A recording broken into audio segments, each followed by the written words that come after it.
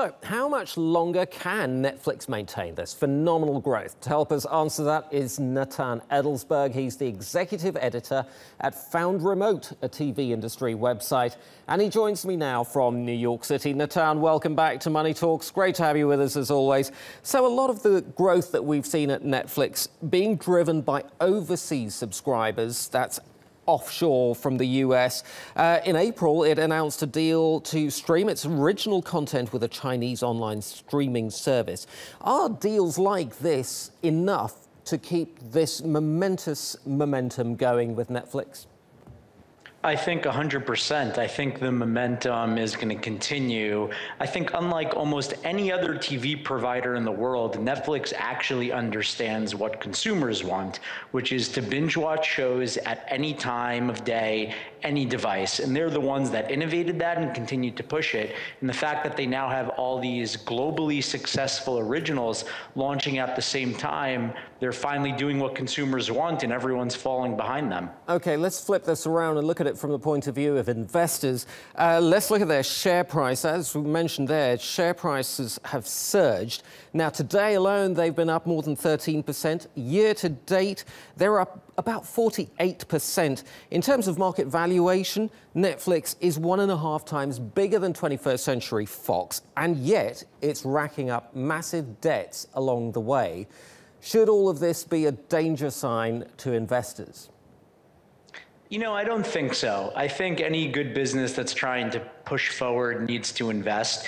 And Netflix is doing something that no one's ever quite done before. They're investing an insane amount of money into marketing and originals. And they're trying to do this because they know what people want and they have the data to do it.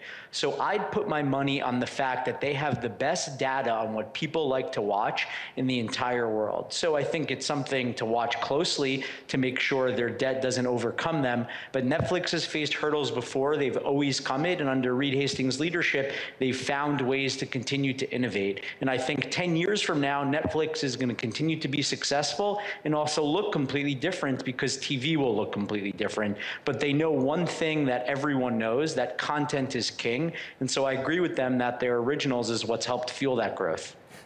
It is an interesting history, isn't it, Netflix? As you say, they've been around for quite a long time, about 2 decades. They started out in the old VHS rental market.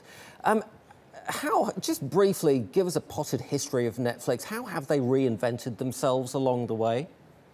Sure. I think the big first reinvention, especially in the US, was taking the idea of a Blockbuster where you have to go and rent a video and make it possible to do it over mail.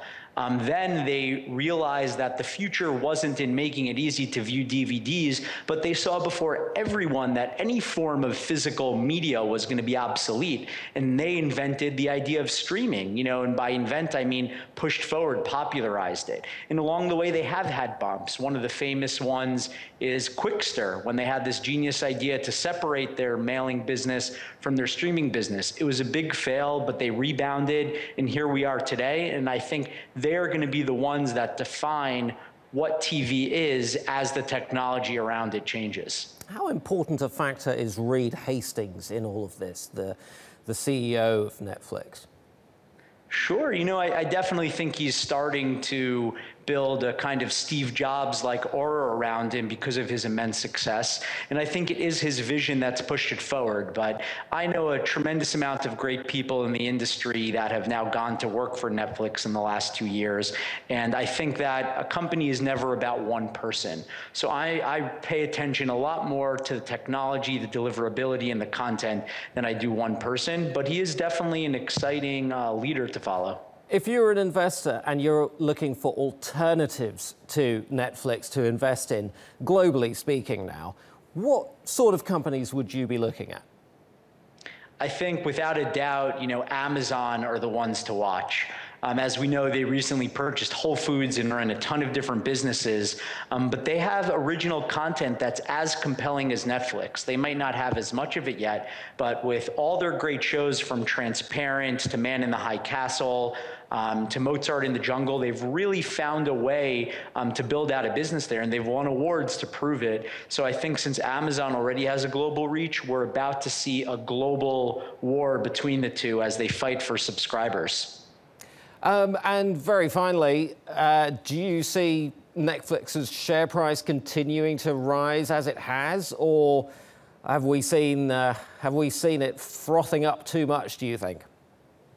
You know, I think it all goes back to the original point of, can they continue to sustain the users around the world? And I think they're showing that they can.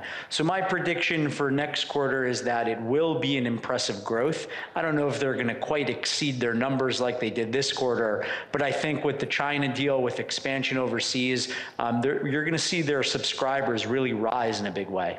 Natan Edelsberg at Found Remote in New York City, thank you so much.